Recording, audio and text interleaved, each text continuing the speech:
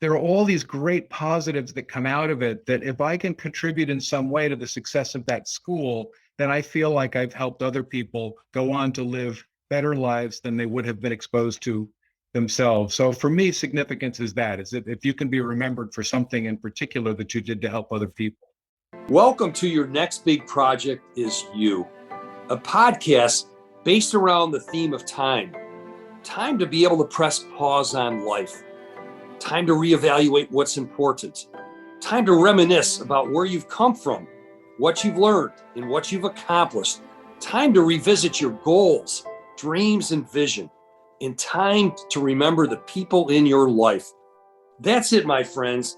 If you've got time, fasten your seatbelt and listen in as we discuss opportunities for the next 5 to 25 years of your life. And remember, your next big project is you.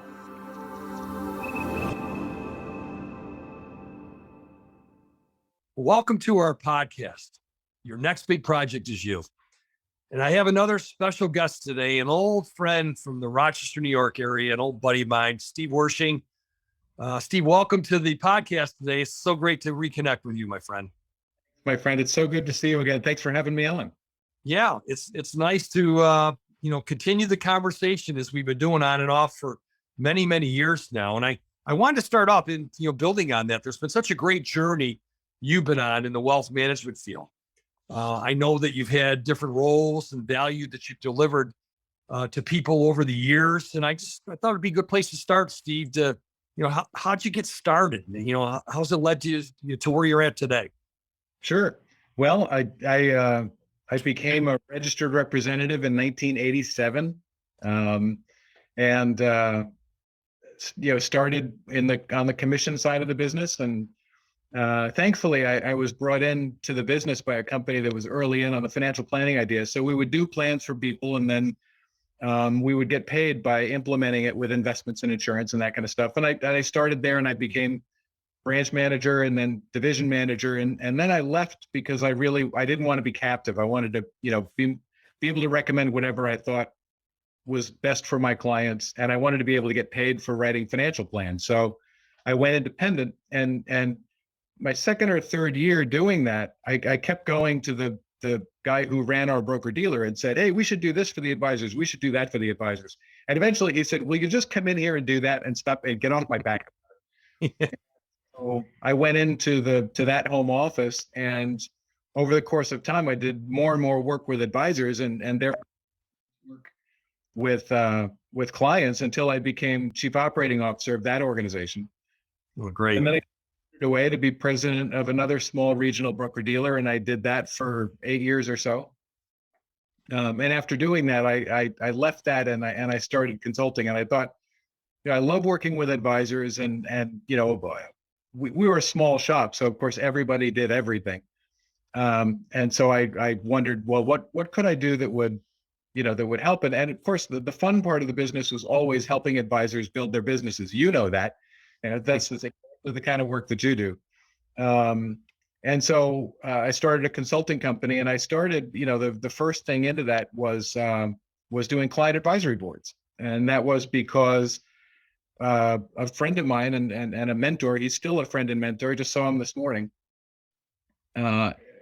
He was doing client advisory boards for all different industries, and he'd started to open up the financial industry. And so I went to him and I said, "Hey, Bruce, why don't I just handle that vertical for you and, build it?" So that's how I started doing that. And then from there went on to realizing that working with advisors to help increase referrals was a big need that could represent a lot of value. So I wrote a book that McGraw-Hill came out with about 7-8 years ago now, called "Stop Asking for Referrals," and I did that for a long time. And then in the past year or two, I really felt like I wanted to get back to the client work. And yeah.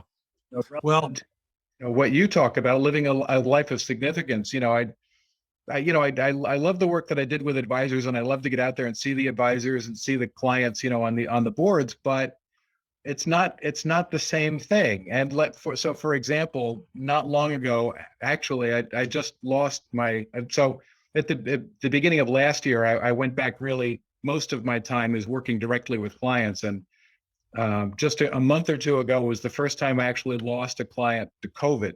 I've had clients pass before, but some miraculously, this was the first one I lost to the pandemic. And so when I was at the calling hours, I chatted with the widow, and she said, it's at least he went out doing what he loved to do, and he could do that thanks to you. And Wow. that really touched me. And I still get emotional thinking about it. And there's no consulting that I know of where you can touch a life like that. So there's a lot of this, and that's one of the things that draws me back. Yeah.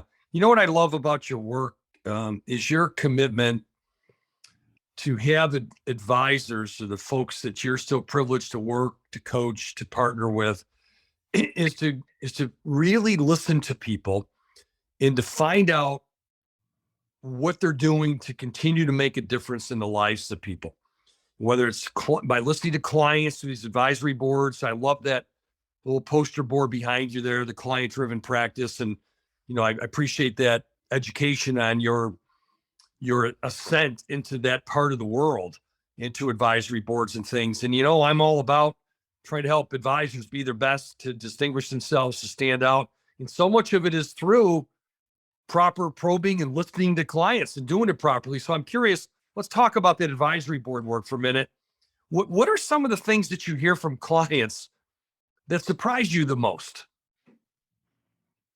Well, a lot of these things no longer surprise me because I've heard them so many times, but they surprise the advisors that I talk to. So one of the really interesting ones is that the investment management piece, unless if you're a financial advisory office, a financial planning office, and do a broad range of services for clients, the investment management part, talking about that at least, is not the most important thing to the clients. And one of the big questions we ask in those meetings early on in an advisory board's life is, of all the things this advisor does for you, including how they do it, what's most valuable to you? And managing investments almost never makes the list. Wow. In the world of advisors who manage that sleeve of money, who think that there's extraordinary value that they're providing. Right. And as I talk about it, I said, it's more than that. It's the return on you. It's not ROI anymore. To me, it's ROI, the return on you. So I'm that's got to be like throwing water in some of these advisors' faces that we both work with. So how do advisors then get the best results from these boards that you're doing? Well, just like you said, Leo, you start by listening deeply and listening with an open mind. I talk about going into it with a Zen mind, which means just let it wash over you. Don't feel like you need to react to anything. Just let it come and listen to what's going on. Just absorb it, because you will find things about, what you are stressing in your services may not necessarily line up exactly right with what the clients find most valuable. And sometimes just listening to that, reorienting things can really be a big one. One of the most useful things that I hear is that there's actually, you know Julie Littlechild, you've had her on your show. She does quantitative feedback, and so we know through her research that clients by and large are more than willing to refer. But what we find in advisory boards is that the clients of some firms are really reluctant to tell their friends about it, because the firm has put up things like asset minimums and that kind of stuff. And what we hear in advisory, so if a firm says, we work with people who have $1 million and above, we get the client advisory board together and we ask them about, when does this firm come up in conversation? And people say, I'm really kind of hesitant to recommend because I don't know if they qualify to be your client. Right. We don't want that to be an obstacle. I mean, they don't know what their friends have. Their friends might have $10 million. They don't know, but they're concerned that if they don't want to set their friend up to get rejected. Yeah. And I've always said, Steve, building on that, the business is first, the meeting of the hearts, right? That's qualitative. Those are more the emotional connection points. The quantitative, as you said, asset minimums, dollars, metrics, things like this, timing, sometimes can turn people off or provide some ambiguity, or just people aren't confident. They don't know where to direct. So what's that? What are some other qualitative indicators versus those quantitative that you run into? Well, it's much more. So just before I answer that, a better way, from my perspective, a better way to talk about what you do is not to talk about what you do or your admissions criteria. You want to try to stay away from that, but talk about the problems you solve. Yeah. Clients who face, people who face this challenge, I'm really good at helping them with that. That's going to help them a lot more identify who they should be referring. And it doesn't set up those roadblocks. Like, do they have enough money? You can when they come in to talk with you, you can decide.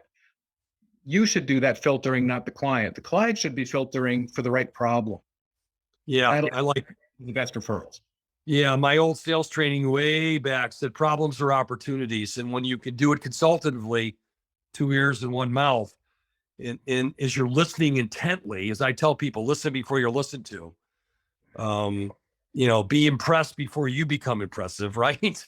To do that, then it's easier to align your expertise to say with individuals or families or businesses like yours that have problems like yours.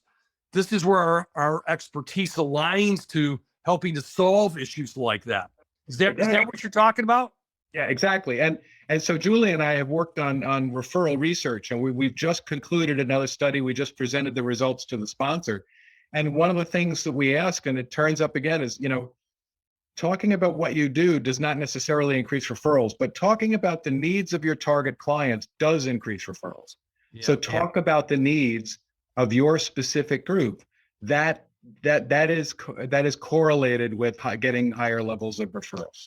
Yeah, that's exactly how I've taught it for years as well. The what do you do question, what's your value proposition or what makes it unique, should only be delivered in context of looking someone eyeball to eyeball and relating it with some degree of authority and sensitivity and humanizing it to the emotions and the needs you're hearing across the table, around the same side of the table to do that. Exactly. That brings up a couple questions when you and I were talking. Some of these things that drive you nuts, I think, from time to time. Some of the questions that are asked of clients, the typical, so what keeps you up at night, or what else can we do for you? I know those aren't your favorites, my friend. I know you've got different questions you'd recommend. So let's talk about, what they are and why they're more important from your perspective, Steve. Well, again, the most important question that you can ask is, of all the things that I do for you, and importantly, how I do it, what's most valuable? But let's just talk about those two questions, because you're right. Those are questions that advisors love to ask, but I don't think that they're not the best way you could answer that question. So the what keeps you up at night question, if you're doing a good job and if things are going reasonably well, the honest answer to that is nothing. I sleep great. So it doesn't get you where you want to go. But if you ask, what's on your mind? What's been occupying you? What do you find yourself thinking about these days? That's more. It's not as extreme as keeping you up. But what do you find yourself thinking about these days? What are the things that are occupying your mind? That's a better way to ask that. The other one, what else can we do for you? I love that one, because there's this urban legend about Henry Ford and client feedback, customer feedback. And he's reputed to have said, if I'd asked my customers what they wanted, they would have said faster horses. The challenge you have in asking a question like that is that it's actually a really hard question, because people don't know what's possible. So what else can I do for you is way too difficult a question to ask. So a better way to approach that is to come up with a few ideas, listen to what they most value, and listen to the things, do a survey and find out the things that they rate most highly. And then, come up with a couple of ideas of things you could add and put it out there, and then ask them to critique it. Because now they've got something solid to think about. And you won't necessarily do one of those things, but the information you get back based on that discussion can give you a lot of information about what kinds of things you could add or enhance. Yeah. As you tell that story, I've got my iPhone here and I'm thinking of all these apps that are on the iPhone, right? And I think if Steve Jobs at the time said, what do you think you need? Or Jeff Bezos with Amazon, in terms of that, I read a quote that from one of the two that referenced the fact through their research and intuition and listening to people, the types of things they knew that were going to be out there, that were required in things, rather than, a lot of times people want to know at the right time when you're listening to align your proven expertise and your research and what you know from working with like-minded people. Isn't that a better way to make that emotional connection as well? Yeah. That you're listening to what they're needing and also understanding it from their perspective, which is kind of what you're saying. That the iPod was not the first MP3 player. There were lots of other MP3 players, and if you look at the ads for those, they do what financial advisors do. They're all technical. This one has this storage capacity and this battery life, and it's just like we talk about. We do this service, we do this in financial planning and that kind of stuff, but people can't relate that to the solution. And what did Steve, the revolution from Steve Jobs was not coming out with an MP3 player. The revolution was 1,000 songs in your pocket. Now you're about what they're looking for, right? They don't care about storage capacity or battery life. You can carry around 1,000 songs in your pocket. How cool would that be? Now you're talking on their terms. Yeah. And I love that one scene at the end of the Jobs movie when he says that to his daughter. Right. Lisa, right? If I got it right in terms of, hey, I'm going to put the music, 1,000. Yeah, he pretty much says what you just said. Right in your pocket, and that it started to reconnect them emotionally back based on what his vision and what he could accomplish and things. Pretty cool stuff. So, hey, it's interesting when I see that poster board behind you there, that picture framed of the client-driven practice, and I know you've started your wealth management practice as well around focused wealth advisors. Tell us more what your focus is here today. The focus there is advanced tax planning for retirement income. So one of the things that I realized as I got back into working directly with clients, one of the things that I realized was that, especially because we've had this bull market that up until a couple months ago was charging ahead for 14 years, we aren't thinking that deeply about financial planning. And we've actually set a lot of clients up for problems. So when clients come in, just before they retire, the most common thing I see is that they've got a little bit in taxable accounts and they've got most of their wealth in tax deferred accounts and nothing in tax-free accounts. And they've just set themselves up for a massive tax problem in retirement. We'll put that together with, I'm one of those people who believes that there's no way around the idea that taxes are going to go up and probably dramatically in the next bunch of years, because the federal debt has now gone over $30 trillion, which none of us can understand. It's way too big a number. But within the next few years, non-discretionary spending on the federal government's part is going to consume probably all of federal revenue. So everything else the government does, everything the Congress votes on, the military, the post office, the park system, everything is going to be on the credit card. And so they're almost certainly going to have to raise rates. But, like I did a case yesterday, and this is a great example of it. She has most of her savings in her 401k, and she's got a little bit in taxable. And and if we'd done it the way that people typically do it, which is I'm going to get my Social Security, I'm going to get my pension, then I'll take the rest of what I need out of my IRA, there was a 66% chance that plan was going to work. So not too bad, but below where we would like it to be. But once we started taking a look at it, we looked at structuring a bunch of Roth conversions and timing of Social Security and doing all these things really to manage the taxes and the timing of things without changing her portfolio at all. We were able to increase the probability of success to 98%. Really, what people are missing out on is the tax planning and the Social Security planning and those kinds of things. So that's really what I'm focusing on. That's the focus of my business, is trying to catch people, 10 years or less from when they want to retire so we can start this active tax management kind of strategy. Yeah. And Steve, my work today, aligning with your expertise, is around helping those same people that you're talking to in retirement, effective and proper tax planning, But to me, there's a whole host of other issues as we've talked about this, from seeing people who have been on a rocket ship in their careers, a journey, their careers. All of a sudden, they're talking to you about, here's my retirement goals, my vision. Here's what I'd like to be able to accomplish. You're looking at it from the technicality to a degree of some of the tax planning to see what the real number is and what you really have and what you really want to do. And I'm looking at it as well from these people that I'm finding just loving to talk with like-minded people around those issues that are on their mind, being more significant in their lives going forward, not having any regrets, using stewardship to their advantage, time, talent, treasure, having different perspective for the next 5 to 25 years of their life, gratitude coming into play, and then looking in the mirror and saying, okay, I'm, like you said, I'm in my 60s or 70s or whatever it is. How do I become just my best me going forward? And what am I really doing to not just think about my legacy, but to live it right now? Why do I have to wait till I'm gone and my husband or wife or spouse, significant other, kids have to worry, well, this was important to dad, mom, whoever else.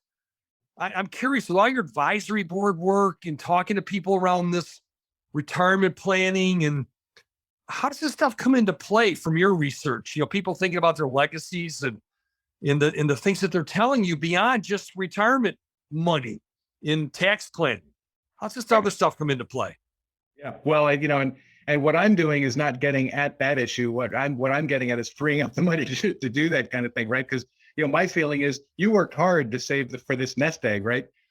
You deserve to use it for your retirement and your family and the causes that are important to you, not give it to the government. But that doesn't answer the question, how do you get there? And I don't really have an answer to that, but I can tell you what I hear, from some of my own clients, but also I hear this all the time in advisory boards, is that it's a topic that's really on their minds. And so, because we ask, about what's important to you about your legacy and how you have estate plans. How are you putting it? How are you talking about that to the next generation? That their adult child is probably their executor and their trustee. But we ask them about that. And what I hear is that there's a real dilemma on with these folks, because they really want to pass along their values and they want to talk about how to pass that along, and they don't know how to do it, and they're uncomfortable doing it, and they're even uncomfortable when it comes to the money part. So when we say, have you discussed your estate plans with the kids who are going to inherit it? It's funny when it gets to the numbers, when it gets to the dollars, they're like, no, I don't want to talk about that. I'm concerned about what that's going to do. So I think so two things. One is they need to sign up for your program, because they need to be thinking about that and engaging with people who can help them communicate, transmit those values, because it is important to them and they just don't know how to do it. And also I would say that you can do that without talking about the dollars. And so exactly. Get in the way. I would, please just, get somebody to have a family meeting, or, take a sabbatical to reflect on this and learn how to do it, or engage your advisor to do it, or whatever it is. But talk about the values and talk about how you want things to be worked out and what kind of mark you want to leave, and leave the dollars out of it. The dollars aren't integral to this. So don't let the dollars get in the way. Yeah. To me, Steve, it starts with simple questions. And, I put a bunch of them together. How about I have some fun with you that we hadn't planned on this before we get off this podcast today? There's a bunch of them. And if we start with this, here's one that's got to come up at some point. These are all questions around significance and no regrets and all the things that we do, right? Here's the question I ask people. Let me ask this to you. When it says, what does the life of significance mean to you? And I'm just curious, from all the great work you do on advisory boards, how does a question like this come into play from what you're looking from advisors? Because I would think they want advisors to help them to figure questions like this out, not just, do I have enough money to live on? So Steve, what does the life of significance mean to Steve Wershing? Let's go there, big guy. Well, I think, so I'm a libertarian and a humanist. So, the libertarian in me says that, we should be masters of our own domain, and that, we should be a society of people who work with each other and not rely on a big government to do stuff for us. And as a humanist, I believe that the high calling we can answer to is help our brothers and sisters out there, and that there's, that it's other humans that are the highest priority. So for me, a life of significance is being of service to others, and whether or not that worked is to the extent to which I'm remembered for something, whatever it is that I'm, if I changed something for someone, or if I was able to work on a project that created opportunity for other people, to me, that's significant. So, for example, I'm on the board of a school of music and dance, and the original part of its mission was they're going to provide high level instruction regardless of financial means. And so if you're a kid in poverty, you deserve to explore this if you want to. And that's really meaningful to me, because we know kids who take music lessons do better in math and they do better in English. And if they're playing an orchestra, they're not out on the streets getting into trouble. And, there are all these great positives that come out of it, that if I can contribute in some way to the success of that school, then I feel like I've helped other people go on to live better lives than they would have been exposed to themselves. So for me, significance is that, is if you can be remembered for something in particular that you did to help other people. Yeah, beautiful ending to this, Steve. And I love the concept of the way you talk about the humanizing aspect, beyond being a libertarian, but a humanist, as I believe you said it. And that to me is all around, really just reflecting on your time and your talent, your treasure, in how you can allow yourself to continue to make a difference. And as you said, if someone remembers you as such, I had the pleasure and the privilege to know Steve Wershing. Steve helped me. If it wasn't for Steve or someone like him, I wouldn't have achieved this. Or he made a difference, obviously, and he made me think differently, made me act differently, helped me to achieve something. He helped me to bring more value to other people in my sphere of life as well. And Steve, you've done that to me through your friendship and your intellectual thinking, being a good thought partner over the years, being a good friend. I thank you for that. And thanks for sharing your wisdom and your insight and your expertise and your philosophies with our listeners today. Much appreciated. Hey, Leo, it's really nice of you to say that. And you're such an inspiration, and I really appreciate it. There are a couple of times that you and I have sat down and you've given me some advice that's really been a huge help. And I really appreciate what you've done for me personally. And I know you do that for lots of advisors. So I'm really grateful to have you in my life and to have you around. Let's continue to make a difference in the lives of others, both of us. Stay well, my friend. Thanks, Leo. Thank you.